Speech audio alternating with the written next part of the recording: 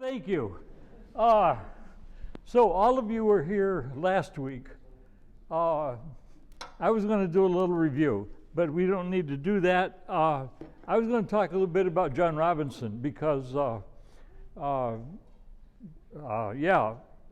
asked me a question about John Robinson, the pastor to the Pilgrims, who is one of the three people who is considered to be the founder of Congregationalism, along with Brown and Greenwood.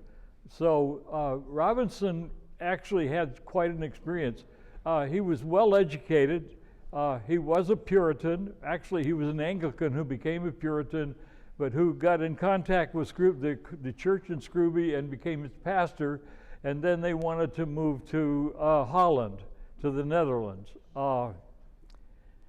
That turned out to be quite a trip. The first time they went down to Boston to get the ship to go to the Netherlands, and that's really what I should call it, the captain betrayed them, and they were all captured, and they were all put in prison, and everybody was released ultimately, except for Robinson. He was the last one out. And they were really looked upon. They were spied upon. And so a few months later, they decided to try it again. So they sneaked in the night down to Boston, England, by the way, not Massachusetts. But anyway, what happened was the women got on the boat, and the men were standing on the shore, and the women's boat got stuck in the mud. And by that time, the enemy was there, the soldiers were there. They took the men captive and let the women go. So the women all made it to the Netherlands, but the men didn't until some hours later when they were able to get away.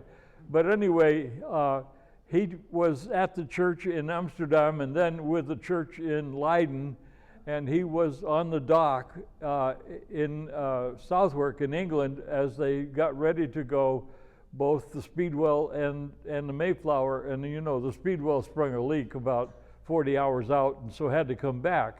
So he stayed in Southwark until the ship left. He preached a sermon that day as they were going, and that's where we get the famous quotation from him. But anyway, he went back to Leiden. He joined university there. He was a professor, and he was also the pastor of the church, and he never made it to Plymouth.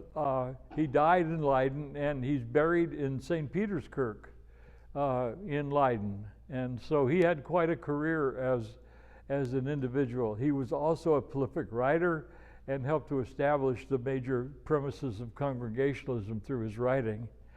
All right, so now we're in chapter 4.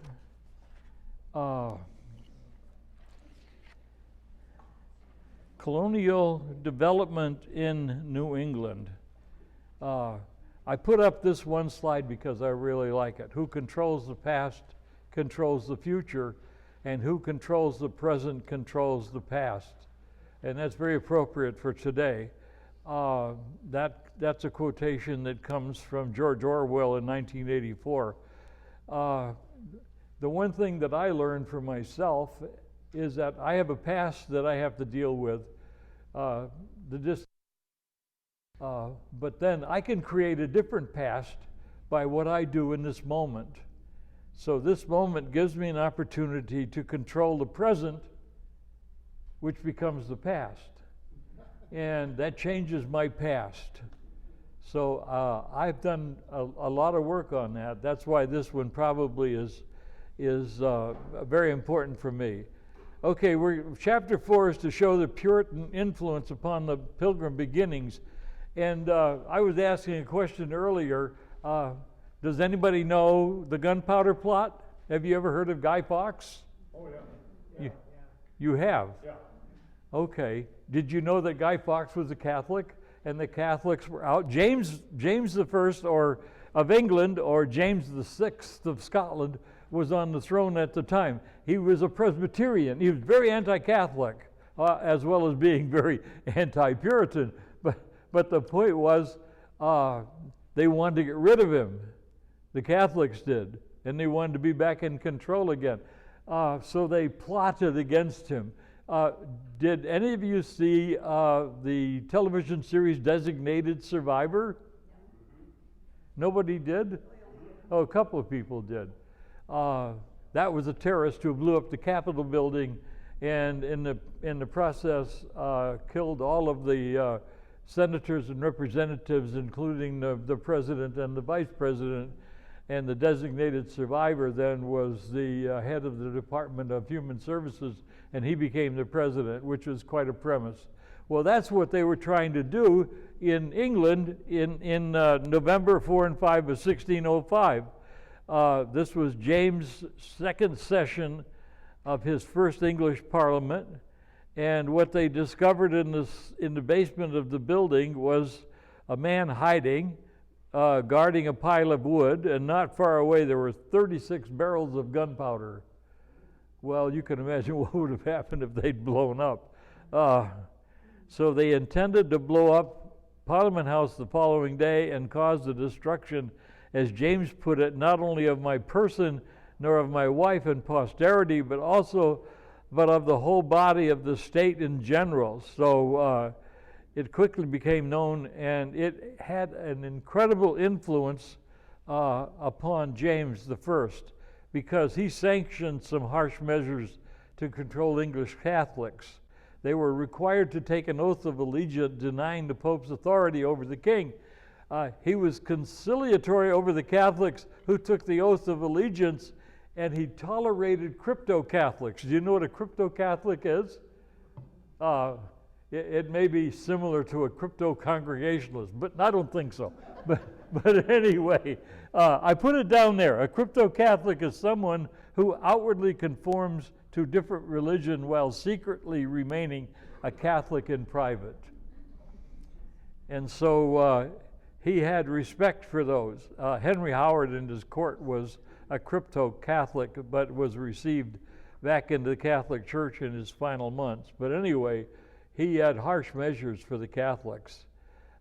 James suspected that he needed the support of the Catholics, so he assured the Earl of Northumberland, a prominent sympathizer of the old religion, that he would not persecute any that will be quiet and give but an outward obedience to the law. But then there was another action called the Millenary Petition of 1603. And the Puritan clergy demanded certain things: abolition of confirmation, wedding rings, and the term priest, among other things. The wearing of a cap and surplice became optional. But James was strict in enforcing conformity at first and inducing a sense of persecution amongst many Puritans, but ejections and suspensions from livings. Now, you may not know exactly what that is, but ejections and suspensions from living meant that they lost their pastorate. They were, in a sense, removed and were set aside. And then he induced a sense of persecution. But that, as a result, the Hampton Court Conference of 1604, that's created the King James Version of 1611 of the Bible, which is still used, apparently, by some people. So, there's another thing that James did. In Scotland, he tried to bring the Scottish church, the Scottish Kirk, so near as can be to the English church. And so he tried to force them to accept 5 Articles of Perth. Now, I put those up. The 5 Articles of Perth included kneeling during communion, private baptism, private communion for sick or infirm, confirmation by a bishop, and the observance of holy days, and joined the ministers to celebrate the festivals of Christmas and Easter. And by the way, our Puritan forefathers did not observe Christmas or Easter. Christmas was a pagan holiday, and so therefore they did not observe Christmas. Christmas was only observed in this country until you get to about the middle of the 19th century, when things began to change. Loudonism, okay, I didn't put down much under persecution under Charles I, but he had a bishop that he put in place by the name of William Laud, and this caused a great deal of consternation and and pressure amongst the Puritans and the separatists as well. So the central idea of Loudonism, the ecclesiastical policies pursued by Charles and Laud, was the beauty of holiness, first of all. And so they wanted the churches that had fallen into disrepair to make the churches beautiful. That could take almost whatever tact the local pastor and community wanted to do. But then there was another policy that he put in place, was the installation of altar rails in the church. They associated that with the Catholic position on transubstantiation. In Catholic practice, altar rails served to demarcate the space where Christ became incarnate in the host, with the priests, acolytes, and altar boys allowed inside the rail. They also argued that the practice of receiving communion while kneeling at the rail too much resembled Catholic Eucharist adoration. The Loudonians insisted on kneeling at communion and receiving at the rail, denying that this involved accepting any Catholic positions. And so the Puritans also objected to the Loudon insistence on calling members of the clergy priests, because in their minds the word priest meant someone who offers a sacrifice and was therefore related in their minds to Catholic teaching on the Eucharist as a sacrifice. And so that's the things that they had to deal with, and the things that they were opposed to, and the things that brought them into conflict with Charles I and with William Laud and with the Anglican Church. After the Reformation, the term minister, meaning one who serves, was generally adopted by Protestants. By the way, I've been fortunate to travel with Helga over into Europe 6 times. I never used the word minister in Germany. Pastor. Use the word pastor. If you use the word minister, they thought you were a person in the government, because all the governmental heads are called ministers. Pastors. So that was the difference there. By the way, down below in the second paragraph, there's also something interesting. The Puritans was also dismayed when the Loudons insisted on the importance of keeping Lent. They would not keep Lent. That was a practice which had fallen into disfavor in England after the Reformation. And they favored fast days specifically called by the church or government in response to problems of the day, rather than days dictated by the ecclesiastical calendar. And there were a lot of saints' days that were supposed to be observed on the calendar. So that was Loudon. All right, I'm following along in the book, okay? I have skipped over Hooker. We'll get back to him. But anyway, we're going to talk next about the Salem Covenant. It's interesting how the Salem got its covenant. There was illness in Salem, and they were in need of a doctor. And so William Bradford, who was the governor of Plymouth Colony, and the doctor, whose name I don't remember at the moment, traveled from Plymouth to Salem. Salem was a Puritan start, but they were able to talk to them about what it meant to be a separatist, and so the Salem people accepted the doctrine of the Plymouth Colony, and they developed this very simple covenant from 1629, which Nancy Smart says a lot of churches adapted as they formed a new church. And this, she writes, was the distinction of forming the first new church in America since Scrooby Group, because the Scrooby Group were already when they arrived at Plymouth. So here's a very simple covenant. We covenant with the Lord and with one another, and do bind ourselves in the presence of God to walk together in all his ways, according as he is pleased to reveal himself unto us in his blessed word of truth.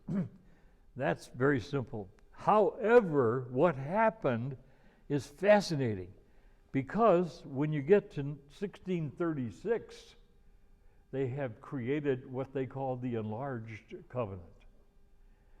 And it's probably something of which we ought to be aware. In other words, John Higginson was the pastor, and he preached a sermon on Psalm 50, verse 5. And then they made this statement: we whose names are here underwritten, members of the present Church of Christ in Salem, having found by sad experience how dangerous it is to set loose to the covenant we make with our God, and how apt we are to wander into bypaths, even to the loosening of our first aims in entering into church fellowship, do therefore solemnly in the presence of the eternal God, both for our own comfort and for those which shall or may be joined unto us, renew that church covenant, and we find this church bound unto it at their first beginning. And so what did they do? I underlined a sentence that they added. They had the original covenant of 1629, and then they added to it this: and do more explicitly in the name and fear of God, profess and protest to walk as followers through the power and grace of our Lord Jesus. And then they added 10 items. Now, I wouldn't have known anything about this except we had a ministerial theological society back in the 80s, and one of the ministers who came at that time challenged us on the whole concept of covenant and wanted to know if we knew the enlarged Salem covenant of 1636. Well, I had to look that up. I didn't know that. I had to look it up. And what I discovered was this, and I think we probably ought to take a look at all of the items that they included, because I think you'll find them not only interesting, but perhaps also inspiring. First, we vow the Lord to be our God and ourselves his people in the truth and simplicity of our spirits. Secondly, we give ourselves to the Lord Jesus Christ and the word of his grace for the teaching, ruling, and sanctifying of us in matters of worship and conversion, resolving to cleave to him alone for life and glory, and oppose all contrary ways, canons, and constitutions of men in his worship. We promise to walk with our brothers and sisters in the congregation with all watchfulness and tenderness, avoiding all jealousies, suspicions, backbitings, conjurings, provoking, secret risings of spirit against them, but in all offenses to follow the rule of the Lord Jesus, and to bear and forbear, give and forgive, as he has taught us. 4, in public or private, we willingly do nothing to the offense of the church, but we willing to take advice for ourselves and ours as occasion shall be presented. We will not in the congregation be forward either to show our own gifts or parts in speaking or scrupling, or there discover the failing of our brothers and sisters, but attend an orderly cale thereunto, knowing how much the Lord may be dishonored and his gospel in the profession of it slighted by our distempers and weaknesses in public. We bind ourselves to study the advancement of the gospel in all truth and peace, but in regard of those that are within or without, no way slighting our sister churches, but using their counsel as need shall be, nor laying a stumbling block before any, no, not the Indians whose good we desire to promote, and so to converse as we may avoid the very appearance of evil. Therefore, there's a couple more. We hereby promise to carry ourselves in all lawful obedience to those that are over us in church or council wheel, knowing how well pleasing it will be to the Lord that they should have encouragement in their places by not grieving their spirits through our irregularities. Hey, take note of that one, Jeff. We resolve to approve ourselves to the Lord in our particular callings, shunning yedlins as the bane of any state, nor will we deal heartily or pressingly with any wherein we are the Lord's stewards also, promising to our best ability to teach our children and servants the knowledge of God and of his will, that they may serve him also, and all this not by any strength of our own, but by the Lord Christ, whose blood we desire may sprinkle this on our covenant made in his name. And they've all voted for that extended covenant, which in a sense almost becomes a basic statement of faith, although it really isn't. It's the promises that they made. Okay, we have some people to talk about. John Winthrop.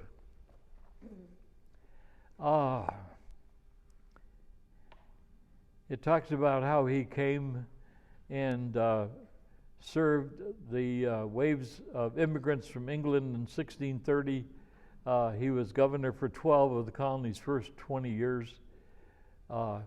His writings and vision of the colony as a Puritan city upon a hill dominated New England colonial development and still dominates today. Conservative Christians today want to see the United States as a city set on a hill. That's a delusion, by the way, as far as I'm concerned, but that's something else. We are so diverse in religion and population today. It's amazing. But he was a force. By the way, he did not believe in democracy of religion. He did not believe that members of a congregation should have the authority to be able to develop the formation of their own church. He was, in a sense, a monarchist in a way, along with Cotton, and they couldn't understand how there need not be people in charge who could control the situation. That's what he was interested in. Hooker arrived in Boston. He settled in Noontown and later named Cambridge. He became pastor of Christ Church at Cambridge. He said in the last paragraph, voting in Massachusetts was limited to freemen individuals who had been formally admitted to their church after detailed interrogation of their religious views and experience. Hooker disagreed strongly with that. And so he was in conflict with Cotton, and he and Rev. Samuel Stone had to leave, and so they led a group of 100, and they found a settlement in Hartford, which became the colony of Connecticut. Roger Williams came to this area. He came to be the pastor of the Salem Church, but he had problems there too because he was preaching the same thing. One of the things that Roger Williams said that got him a lot of ire was he said the Salem residents did not own their land. He said that land was owned by the Indians, and he said unless they paid the Indians for the land, they didn't own it. You may realize I have a big serious problem with one of the songs that says this land is my land, this yours is your land. It's not. It never has been. We didn't buy it, we conquered it. That's a big difference. So anyway, he finally had to leave. He was expelled from Massachusetts for spreading new and dangerous ideas, and he established Providence plantations in 1636. In 1638, he founded the First Baptist Church of Providence. He studied the Indian language and wrote the first book on the Narragansett language, and he organized the first attempt to prohibit slavery in any of the American colonies.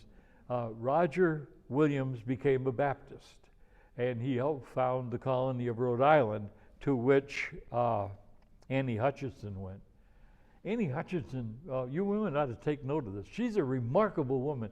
She's educated, she's articulate, she studied her Bible, she knows what is right from wrong, and she promotes it.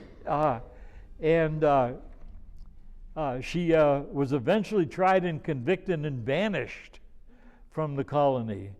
But now she's honored by Massachusetts with a State House monument, calling her a courageous exponent of civil liberty and religious toleration. She's been called the most famous or infamous English woman in colonial American history, depending on how you want to look at it. But she got involved with something called the antinomian controversy, also known as the free grace controversy, and that led to a religious and political conflict. Actually, it almost broke up Massachusetts Bay Colony.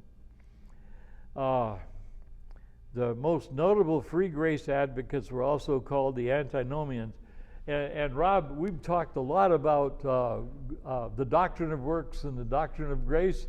This is the controversy. Okay? Free grace is the doctrine of grace. The others is the doctrine of works.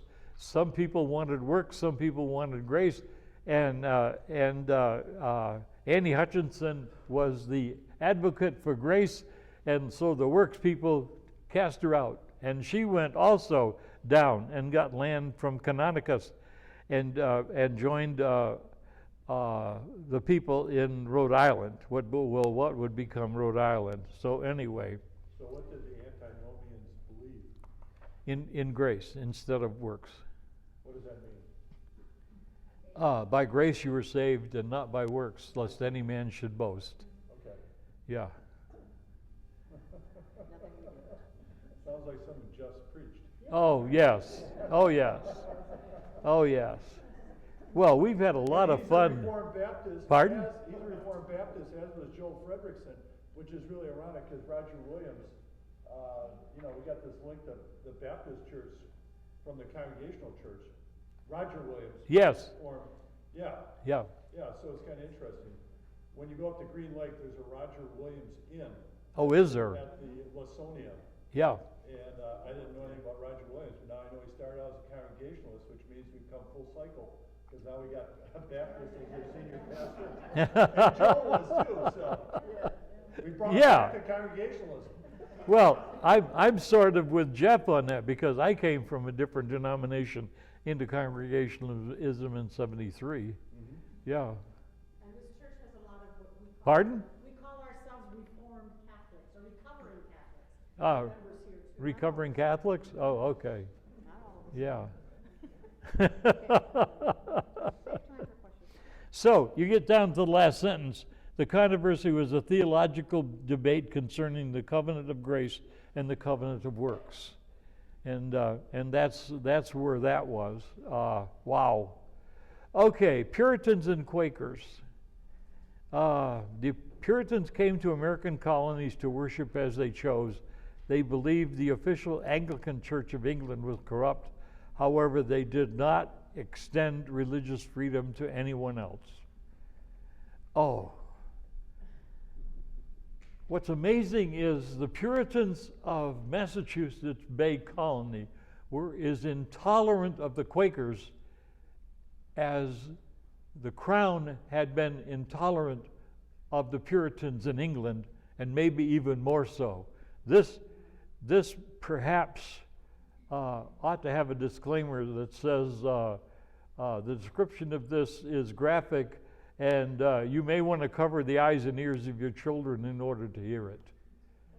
The one incident that I did not include was the Puritans in Boston stripped two Quaker men naked, tied them to a wagon, and dragged them through the city streets, beating them with switches.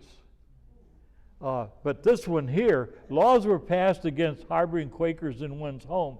Those who violated this or were found to be attending secret Quaker religious services were subject to some harsh punishments. There were fines, imprisonment, and whipping for first offenses. Younger people were often set into the stocks for first offenses as an alternative. Second offenses meant a hole being bored into the tongue for women and an ear being cut off for men. The third offense meant hanging. Only 4 Quakers, 3 men and 1 woman, were hanged during this period of Quaker persecution, but it left its mark. A statue of the woman who was hanged, Mary Dwyer, sits in Boston Square today as a reminder of the religious intolerance of our earliest European settlers and of Dyer's bravery in pursuing her convictions in spite of the dangers she faced for it. Persecution has been an option in this country ever since the Puritans landed in Boston. It's amazing, isn't it? Mm-hmm. When you stop and think about it. No, they brought it over from England. Pardon? They brought it over from England. Yeah, they did. They were persecuted, and they persecuted themselves. Yeah, it's terrible. And of course, then you get in here to the Salem witch trials. Oh boy.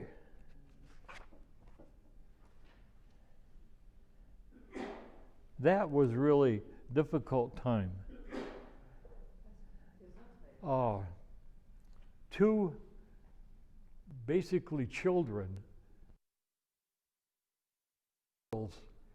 were behaving in a way that brought a lot of attention to them. They were mumbling and screaming and shaking and rattling around, and they wanted to know why. And they said they were being bewitched by people. And of course, the Puritans were Old Testament people, and Moses told them in the Torah that they were not supposed to allow a witch to live. And so they thought they got rid of them all, except Saul found his way to the witch of Endor, which also got him into trouble with God, and he eventually lost his life because of it. More than 200 people were accused. 30 were found guilty, 19 of whom were executed by hanging, 14 women and 5 men. And you can just imagine what Giles Corey went through. He was pressed to death. Do you know what that means? They put him in a ditch. They dug a ditch, put him in a ditch, and they covered him with heavy stones until he could no longer breathe and died.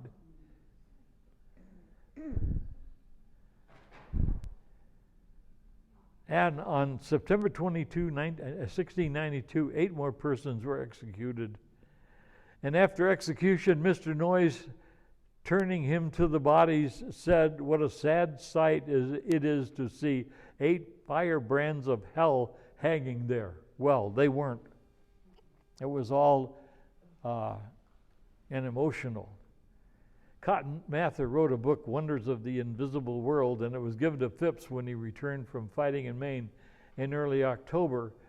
And Phipps said, "I hereby declare that as soon as I came from fighting and understood what danger some of their innocent subjects might be opposed to, if the evidence of the afflicted persons only did prevail either to the committing or trying any of them, I did before any application was made unto me by it to put a stop to the proceedings of the court, and they are now stopped till their majesty's pleasure be known." You have to, if you want to read this, read Fox's Book of Martyrs and see what happened to the so-called witches in England. It was terrible. And it came across the ocean to here. On October 29, Judge Sewell wrote, "The court of Oyer and Terminer count themselves thereby dismissed. Ask whether the court of Oyer and Terminer should sit expressing some fear of inconvenience by its fall. The governor said it must fall. Perhaps by coincidence, Governor Phipps's own wife, Lady Mary Phipps, was among those who had been called out upon around this time." In other words, she had been called a witch. And after Phipps's order, there were no more executions. And so that pretty much ended. Wes, is this book is this an official history of the congregation? Yes, Nancy Thing right up there in the front. Nancy did a marvelous job with this book. And It says it was done I didn't just want to take you through the book. I'm sorry? It says it was written under supervision and direction of the Commission on Christian Education. Yes, 1974. Yeah, strange wording. Well, that's what it was in 1974. It was the Commission on Christian Education. Okay, because it's really distressing how they handled the Salem witch trials. Oh, I know it. Yeah, It is. It's like, we made a mistake, I'm sorry, the judge repented and Yeah. left 19, Sewell repented. left 19 women Yes. at the stake. Yes. They were hung rather than. Oh, okay. Yeah. Well, that was better. It's better than burning.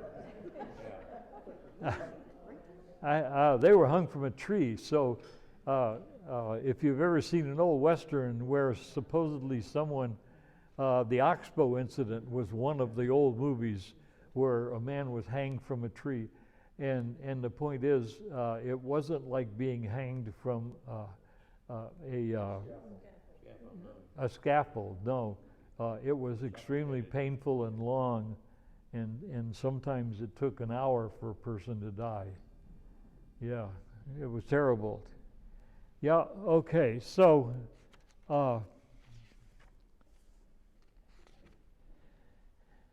Bradford described the separatists. Thank you for that, by the way. Oh, by the way, the nomenclature for the different committees and divisions has changed over the years. There was a commission on Christian education. There was a commission on ministry, and then the commission on the ministry became the one I served on. What? The division for ministry. Yeah. And now there's none of the divisions exist. It's all one committee, which is an attempt to streamline the National Association so it can better function in relationship to churches. Bradford described the separatists. By the way, you have to get the first paragraph. From the very beginning, the separatists were determined to do away with the rituals, pomp, and ceremony within the church they saw as man-made. Too many times they had seen church power used in connection with the state, or the state, or throne, that should be, to tyrannize and persecute innocent believers. I copied this out of the book, by the way. William Bradford described the separatists: the one side labored to have the right worship of God and the discipline of Christ established in the church according to the simplicity of the gospel, without the mixture of men's inventions, and to have and to be ruled by the laws of God's word dispensed in those offices, and by the officers of pastors, teachers, and elders according to Scripture. So the separatist solution was simply to live in partnership with God and to covenant and free fellowship with one another. That's where. So they were not young, by the way, when they came. Notice Bradford was 31, John Alden was 21, Edward Winslow was 26, Miles Standish was 36. And what I've done here is I've given you some pictures. If you can see them, I hope you can. This is America's oldest maintained cemetery. It's in Duxbury, Massachusetts. My brother and his wife live in Plymouth, and they took Helga and I here to see this cemetery, which I had never been to. Matter of fact, I didn't know it existed. So the upper left, I've noticed, is the grave of Miles Standish. The lower right is a replication of the first meeting house that they had in this area. America's oldest maintained cemetery, if you can read that. Now, you probably can't read the gravestone on the left, but it's a duplicate, it's a replicate. Most of the gravestones in that cemetery are gone, and they've been gone for a long time. So John Alden is buried there, and Priscilla Alden Mullins, as well as William Brewster and Miles Standish, but they don't know. They know where Miles Standish is buried, and he's buried in the middle of a stone wall that is mounted with 4 cannons. And the cannons originally came from Plymouth, from the first meeting house.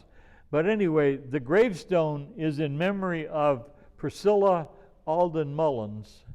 They don't know where she's buried, but they didn't want us to forget that she was buried there, so they created that stone to remind us. What happened to the stones? Pardon? Why aren't there stones there? I tell you why. My family plot in Lakeville, Massachusetts goes back to early colonial times, probably late 1600s or maybe even a little bit earlier. Mm-hmm. There are no stones left there. Stone robbers took them for collection, because people collect gravestones and they're very valuable. So some of the stones in this cemetery were robbed. and others just simply faded because they were made out of slate and they couldn't stand the weather, Yeah. and they became misunderstandable. They didn't know who was there. Yeah, so there were two reasons. Yeah. Yeah, in my old family plot in Lakeville, Massachusetts, it's all grown up now with trees. The only thing that remains are 4 granite posts outlining the cemetery. But I know there are 2 men buried there who fought with Washington in the Revolutionary War in the Battle of Breed's Hill or Bunker Hill. So, but it goes back earlier than that. Is there at least a record of everyone who's buried there? Lakeville has it. Yeah, I never have bothered. I had a map of the place, of the old it was called the Middleborough Plantation. Lakeville was originally part of Middleborough. But it's fascinating. Okay, I think it's 10:15. We probably ought to take a 5 or 10 minute break. Not too long, please, because I have another whole I'm going to skip the whole chapter on our Father's business. I've got that in here, and you can read it. But we need to look at what is Congregationalism, other kinds of polities, Cambridge, Savoy, the Great Awakening, and Unitarian departure. Those are some of the things that we really ought to spend some time with. Yeah, and if we don't finish today, we'll do it next week. Next week's session is a lot less. I don't have to provide you with a lot. And let me back up and say it this way: I can provide you with a lot less information to supplement what Nancy Smart has given us. How's that? No, chapter 6. We're going to skip chapter 5. You can read chapter 5. You can read about Harvard and Yale and women's colleges. I started my congregational ministry at First Congregational Church in Beloit, in the old church before it burned down. And First Congregational Church was a huge church if you've ever been there for a WCA annual meeting, which was held there a couple of times. But anyway, the reason why the church was so big was so that it could contain the baccalaureate services for Beloit College, primarily. That's because First Cong was never very full in any time. The only time I ever saw that church full was Lou Gerhardt, who was the pastor, invited Bishop Fulton J. Sheen to come and make a presentation, and I sat up in the choir loft surrounded by all the local clergy, Catholic clergy, including the Archbishop Rembrandt Weekland from Milwaukee. So it was quite an experience. Creeds and covenants, the development of the congregational way, faith, freedom, and fellowship. What is Congregationalism? Wow, that's an incredible statement. Harry Buttman has a 2-page pamphlet, which is online, by the way, if you want it on here. But anyway, I put the whole thing on because I wanted you to hear what he had to say. Harry was one of the founders of the National Association. He was a pastor in California. He's the one who poured a bottle of expensive brandy on the prospector's grave in the desert. But anyway, he writes so intelligently and specifically that I thought it would be good to read through that whole pamphlet. Congregationalists have historically accepted the Bible as a sufficient rule in matters of faith and practice. They therefore base their church government upon spiritual foundations. At a time when the Congregational Christian churches are being asked to speak up for their tradition, it is well to ask what is the basis of their faith and practice, and how does it harmonize with the Bible-based usages which Congregational Christian churches have followed across the centuries. The great central text of Congregationalism is Matthew 18:18 through 20, in which Christ says to the early church, "Truly I say unto you, whatever you bind on earth will be bound in heaven, and whatever you loose on earth will be loosed in heaven. Again I tell you, if 2 or 3 agree on earth about anything you ask, it will be done for you by my Father in heaven. For where 2 or 3 are gathered together in my name, I am there among them." And from this passage, he writes, we draw two principles of faith: the headship of Christ and the completeness of the gathered local church. The headship of Christ means that Christ is the head of each local church. It is commonly but erroneously supposed that Congregational Christian churches are democratic or majority ruled in their government. This error, together with a strong and persistent stress on the democratic ideal in secular government, has led to the perversion of the New Testament teaching of the divine in the midst of human activity and decision. True Congregationalists simply do not determine ultimate issues of right and wrong by counting noses. Such arithmetical heresy has been widely practiced, and in no small measure it has fostered an ecclesiastical secularism. Because of this, men have turned to centralized forms of church government in hope of finding more spiritual authority than is resident in the common human mind of 50 or 100 neighbors. The true Congregational Christian Church is a theocracy. It is ruled and guided by God. It is not ruled by a written constitution, person, or tradition of the church. That's mind-boggling when you stop to think about it. The completeness of the local church is based upon these words from Matthew 18. Excuse me. This means that God has given to the local church every power necessary for its spiritual functions. The local church does not need the authority of a pope or general council or body external to itself in order to do the Lord's work.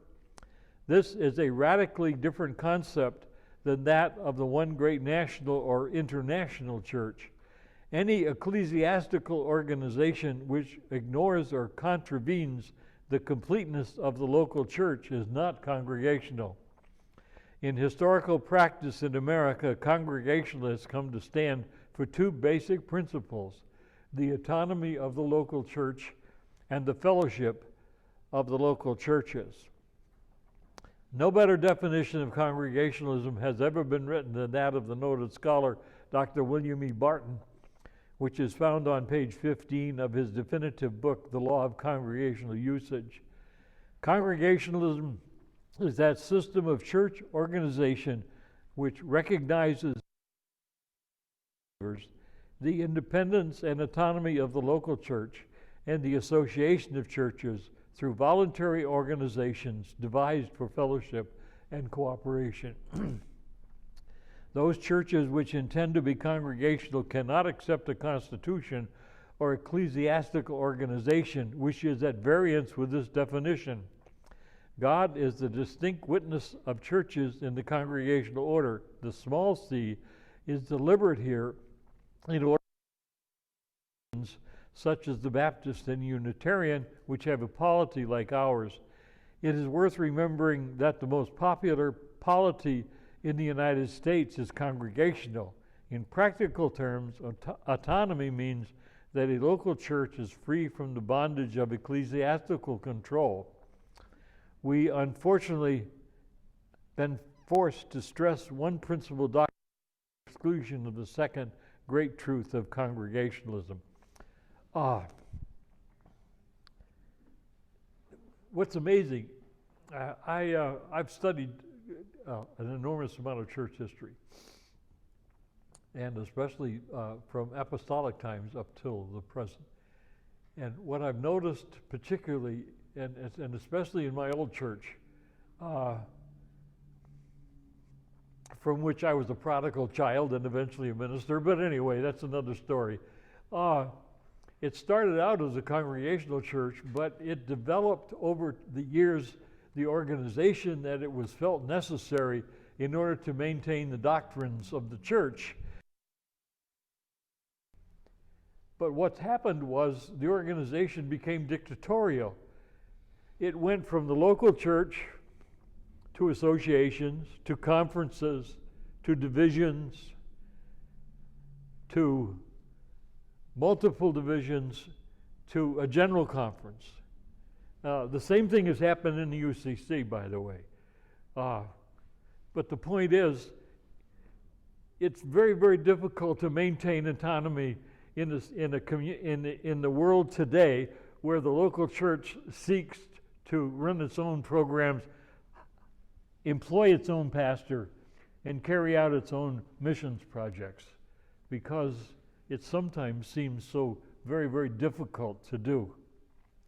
But this truth that he reports here is very important. The fellowship of the churches, in the New Testament we find that churches associated with one another as equals, with neither one church claiming authority over the others.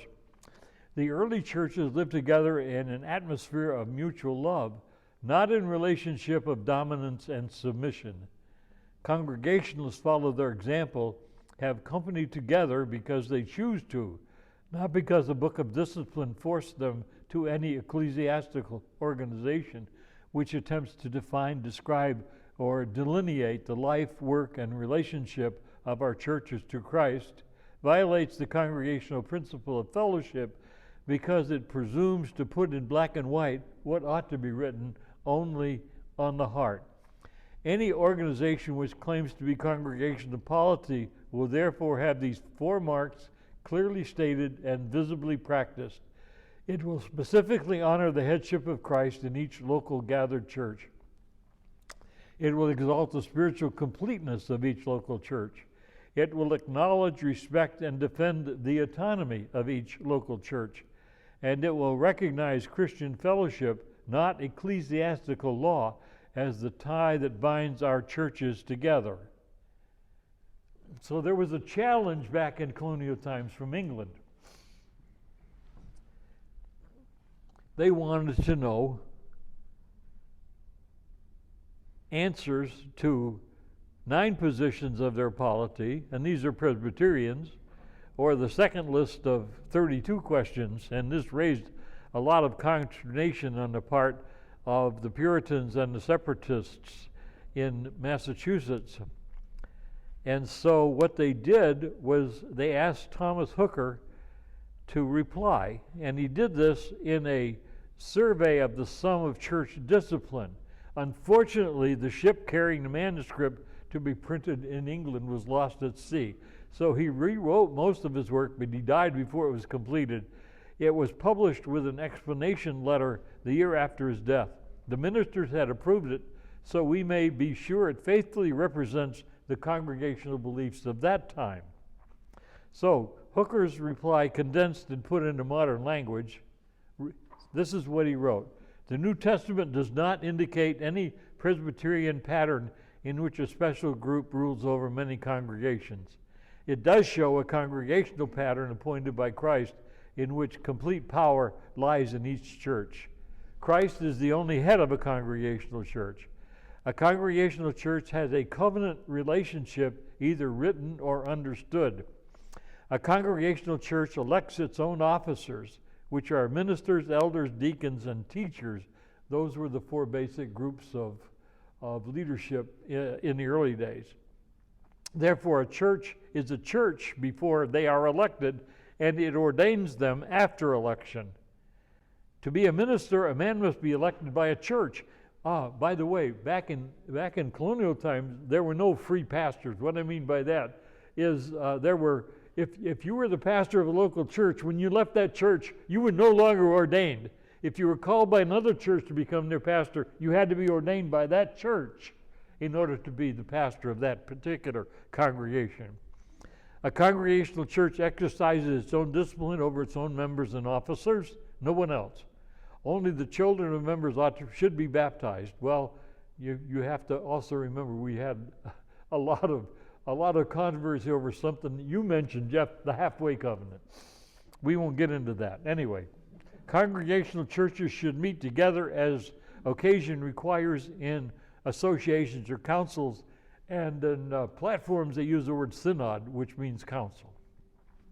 These meetings are for fellowship and council and have no authority over the churches represented. And so we get into from there we move into the Cambridge platform.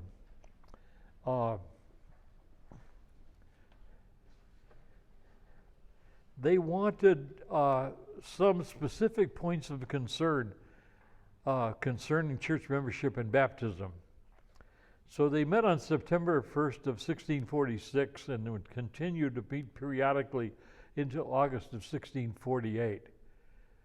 When it was done, they had what was called the Cambridge Platform.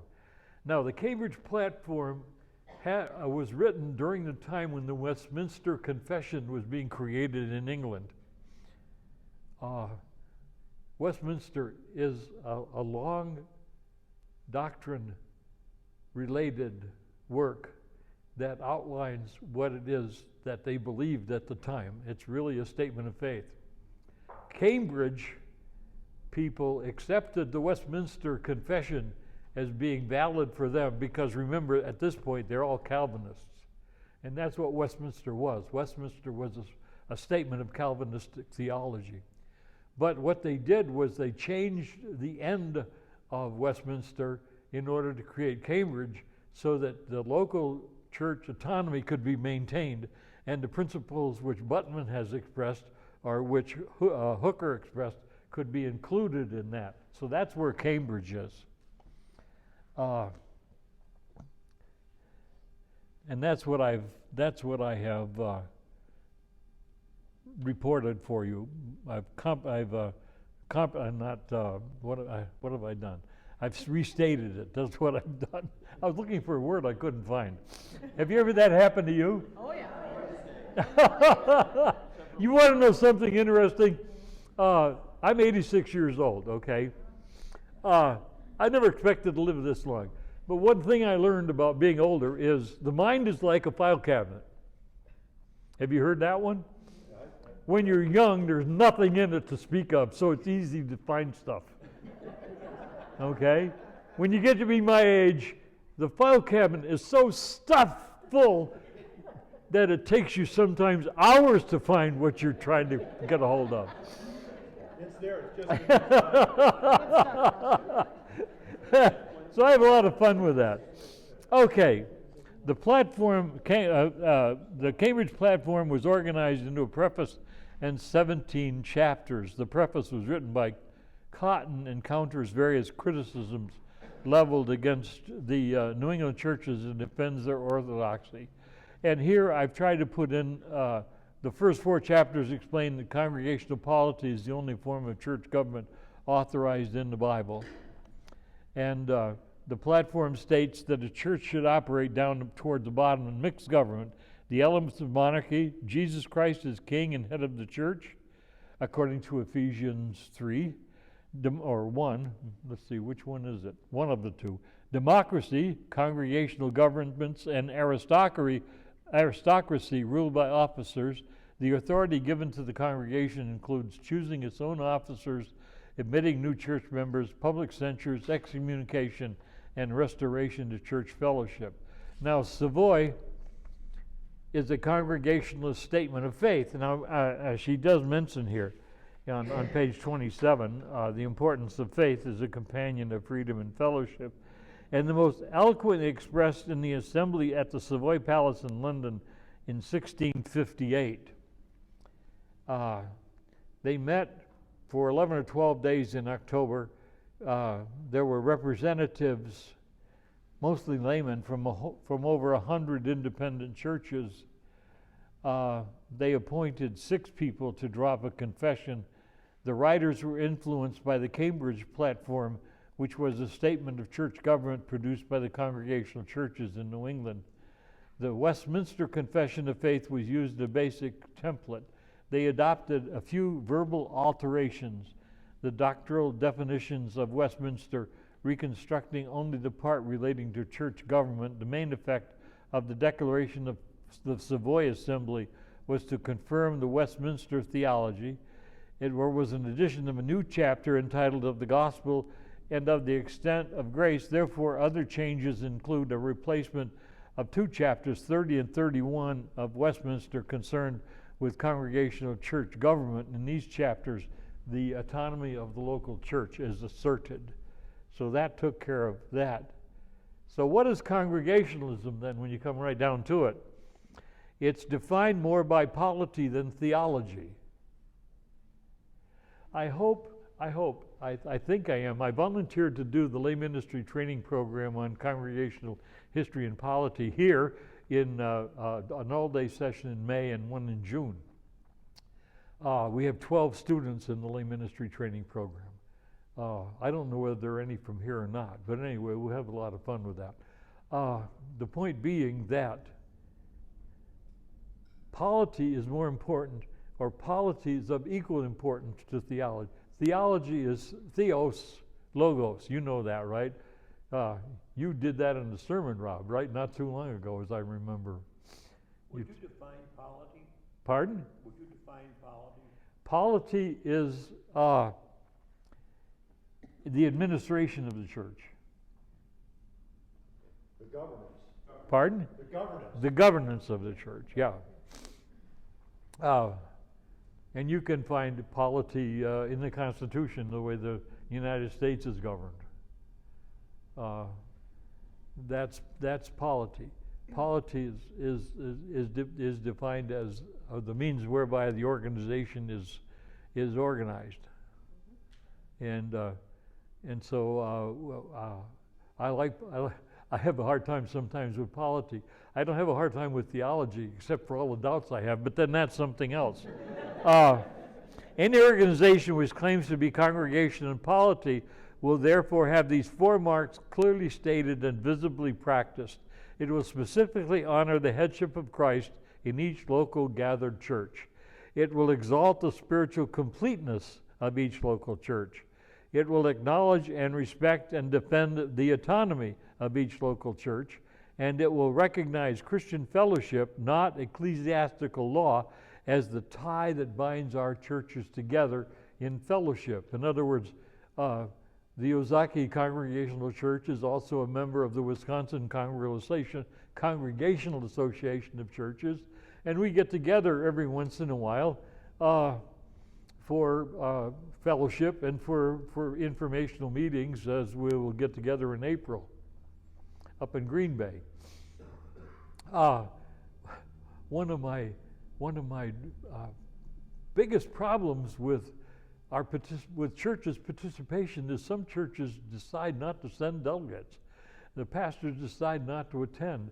One of the things that we have to be really concerned about, and Jeff, you've been to the congregational library and the polity course. That's marvelous, because you need to be a Congregationalist to be a pastor of a Congregational church.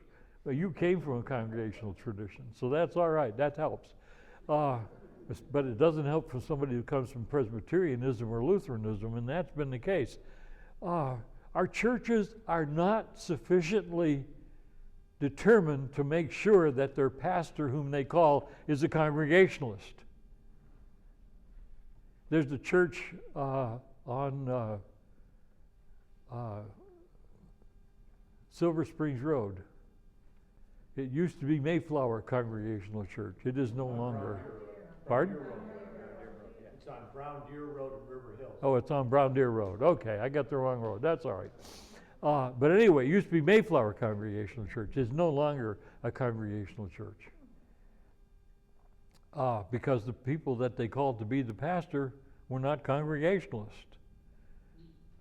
And it didn't change overnight, but it did change. So that's why we recognize Christian fellowship, not ecclesiastical law, as the tie that binds our churches together. That's very important. So that helps us to understand. So Congregationalists, and I'm loading you up with this one, okay. You'll forgive me if I become overbearing, but I think we need to get this straight. Congregation are individuals who are followers of Jesus Christ as the Lord of their lives. They accept a local church covenant as binding them in love to God and to each other. They express faith in God as revealed by the Holy Spirit through Scripture, tradition, and personal experience. They enjoy the freedom of individual conscience and rejoice in the personal responsibility to worship, study, learn, and grow, free from ecclesiastical authority pronouncements or creeds. Share their personal faith through words and deeds while respecting the differing beliefs of others, participate in a local congregational church which is in fellowship with other congregational churches. The Kansas City Statement of 1913 was very important as this regards. It says each individual will have the undisturbed right to worship God according to the dictates of their conscience under the enlightenment of the Holy Spirit. And that's a remarkable statement when you stop and think about it. So anyway, let's see, what have I got left here? A local church. How about we leave it there? Last question. Pardon? Can you tell people the difference between the United Congregational Churches and our free churches in the National Association? Polity. Between the UCC? Yes. The UCC is a government top-down. The local church claims to be free, but denominational policy is produced on the national level, and it filters down through state associations to the local church. Local church does not have to abide by what the national states, but the point is, it comes in disrepute if it doesn't. Thank you. When did that split occur? Pardon? They split- 1956. Okay. We're going to talk about that a little bit. Okay. Fort Shelby, Detroit, Michigan was the meeting at which a lot of our old line members, many of whom I knew and loved and spent a lot of time talking with them at ministers' convocations back in the early 70s. But anyway, they were still around. They met and they organized the National Association of Congregational Christian Churches in 56, 57. Was it 56 or 57? 56. I thought I was right. Detroit, Michigan. And it was a struggle because they sued the General Conference of Congregational Christians over that whole process and lost the suit in Boston courts in order to prevent that merger from taking place between the Congregational Christian churches and the Evangelical and Reformed churches, because you had two different types of polity. Congregationalists had a congregational polity. The E&R church had a Presbyterial type of polity. And what happened was the Presbyterial type of polity overtook eventually the congregational polity. I think that almost better answers your question. Yeah. Are there congregational churches in England still? Yes. There is the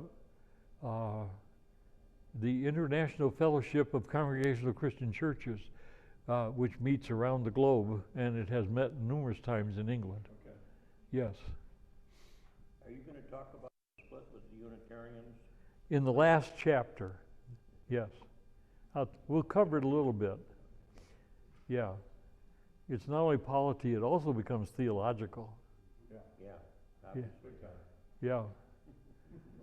Especially today. Yes. There is a statement in this little booklet that says the congregational way, in other words, became the American way. Could you, how that relates to our government or what they mean by the American way? The congregational way became the American way. But How that occurred? That's one of the chapters that we're going to cover. But I'll answer this. There's one of the Adams brothers, okay, who is a devout Congregationalist in Boston, and he's the one who originates the Boston Tea Party, and he's the one, along with one other Congregationalist whose name I don't remember at the moment. We'll get to it. Who sets forth the principles of not only of church government, but also of government. And the Congregationalists have an enormous input into both the Declaration of Independence and the Constitution. So the Congregationalists did have that. And by the way, Congregationalism was the largest church organization in New England, and the Connecticut colony also went into eastern Ohio as far as land territory was concerned, in what is now New York State in eastern Ohio. And they had an enormous influence in the development of Congregationalism in the West. We'll talk about the Plan of Union, which got us into trouble. The Plan of Union was a plan to plant churches in the territories in the west of what is now the Midwest, okay, and that people could choose whichever they wanted to be, whether Congregational or Presbyterian, but the two groups could hire their either a Congregational or a Presbyterian minister who happened to be available. But what happened there was we lost out. The Plan of Union became Presbyterian, and we lost all the Congregational churches. Well, it's like what happened with the we'll get to the Unitarian departure too, which occurs in 1836, in which 12 churches in Boston, 11 become Unitarian, and only one remains Congregational. There's a lot of things to look at coming up, hopefully. Yes? Can I go back to Salem? Pardon? Can I go back to Salem? Yes, back to Salem. Okay, so I've served on the staff of a church where the covenant was quite long. Yes. And contained a bunch of theology. Yes. Then I served on the staff at a church where they had a short covenant like ours and a separate statement of faith. And then the most recent three that I've served did not have any statement of faith. What was it exactly between 1629 and 1636 that drove them to enlarge the covenant? Well, you read that. Did you read that statement? That's important. May I suggest that simply reading the extra pieces of that extension tell you what problems needed to be. I'm sorry, what? Simply to read that extended covenant tells you exactly what problems were occurring that they were now seeking to address. I would say that itself is the reason it was needed. Here's the answer to your. Here's You're right. Today call them problems? Yeah, here's the. Oh, yes, that one. Yeah, Here's what they wrote, and this is from who is it from? I forgot. Reprinted from Richard Pierce, ed. The Records of the First Church in Salem, 1629, 1736, from the Essex Institute, 1974. Okay, and here's what answers your question. We whose names are here underwritten, members of the present Church of Christ in Salem, have found by sad experience how dangerous it is to sit loose to the covenant we make with our God, and how apt we are to wander into bypaths, even to the loosing of our first aims in entering into church fellowship. Do therefore solemnly in the presence of the eternal God, both for our own comforts and for those who shall or may be joined unto us, renew the church covenant. And we find this church bound unto their first beginning. Okay, and then they add in the Salem covenant, they have the original covenant. We covenant with Lord with one another. We bind ourselves in the presence of God to walk in all His ways, according as He is pleased to reveal Himself unto us in His blessed word of truth. And then they added that sentence. Right. Yeah, I get that. But for us today, when you look around the National Association, Yes. when you go back into your previous slide, Yes. can you click back one? Yeah. I mean, no. Oh, I'm hitting the wrong key. Okay.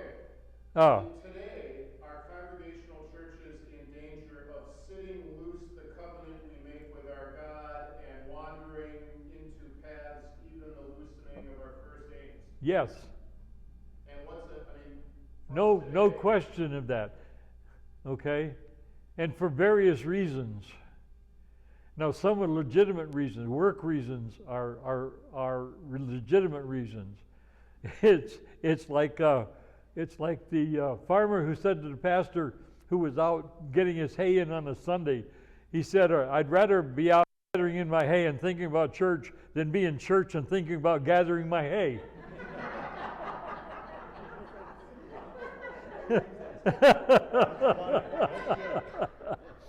But some of it is just laziness. We make a covenant, okay, and we take it sometimes so lightly. Your marriage vows, no matter how you state them, are a covenant. We promise to one another, okay, till death do us part. Oh, I was divorced back in the early 70s, and I dated a woman, and I declared my love for her, and she said, I love you, but only as long as love will last. Well, it didn't last long. It was it was only about 4 or 5 months, and it left me in a lurch. But that was a lesson I learned. That was a lesson I had to learn anyway, because it taught me. I'm married to Helga. I'll tell you what, I decided that before I got remarried, I wanted someone who had certain characteristics, certain personality characteristics, and I was going to remain single until I found that person. And I found that person in Helga. Kind, open, understanding, caring, talented, being willing to work with people in the congregation. She changed my life. Believe me, I was a different person after she and I were married and spent some time together. And it's amazing. You receive all the benefit of that. And that's marvelous. So that's a covenant. I was married 17 and a half years the first time. My wife wanted a divorce. I had worked in marital counseling. My ex-wife and I had marital counseling in Ohio, in Vermont, Maine, and in Wisconsin. Until finally the psychiatrist we were seeing said one day, don't come back, you know more than I do. Well, I had grown enormously under those circumstances, both in my personhood and in my faith and relationship with God. That hadn't happened equally. She wanted to get out, so she got out. It was the best thing that ever could have happened to me, in a way, but because it was something else that I had to learn. So, is this all on the tape? Yep. Okay. We're having a lesson in true confession. That's all right. So anyway, covenants are so very, very important. Very, very important. And we Christians sometimes take them so lightly. Okay, and that's too bad. People come and join a church and then don't come to church. People come and join a church, don't contribute to the church. People come to church and don't use their talents for the church. But that's essentially what you promised to do in some way. I served a church in southern Ohio, down in Appalachia. There was a young woman there who played the piano. She was a concert pianist. We needed a pianist for church. She refused to play. She couldn't play in public. She had all this skill and all this talent and refused to use it for God. And it was just a sad case where she joined a church, she owned a covenant, but she wouldn't do anything to fulfill it. And that was sad. I'm sure Rob, we've all run into a lot of that. So, anyway. Thank you, Les. I think we're. You want to close us in prayer? Yes, I think we're done. Let's close with a prayer, shall we? Oh, Lord, you are our head. We are your children. We are one amongst equals because we are all equal in your sight, regardless of the position that we hold or the education that we have or the work that we do or the status of our social standing or our educational accomplishments. It doesn't make any difference to you. We're all equals. And you love us all equally. And you cherish each of us the same. and you encourage us to grow and to understand what it means to be truly your children. So bless us each one in our journey as we find our way towards a deeper understanding of what it means to be a congregational Christian. And we'll thank you for your love and for your care that you provide to each of us. Amen. Amen. Thank you, Les. Thanks, Les. You're welcome. You're welcome.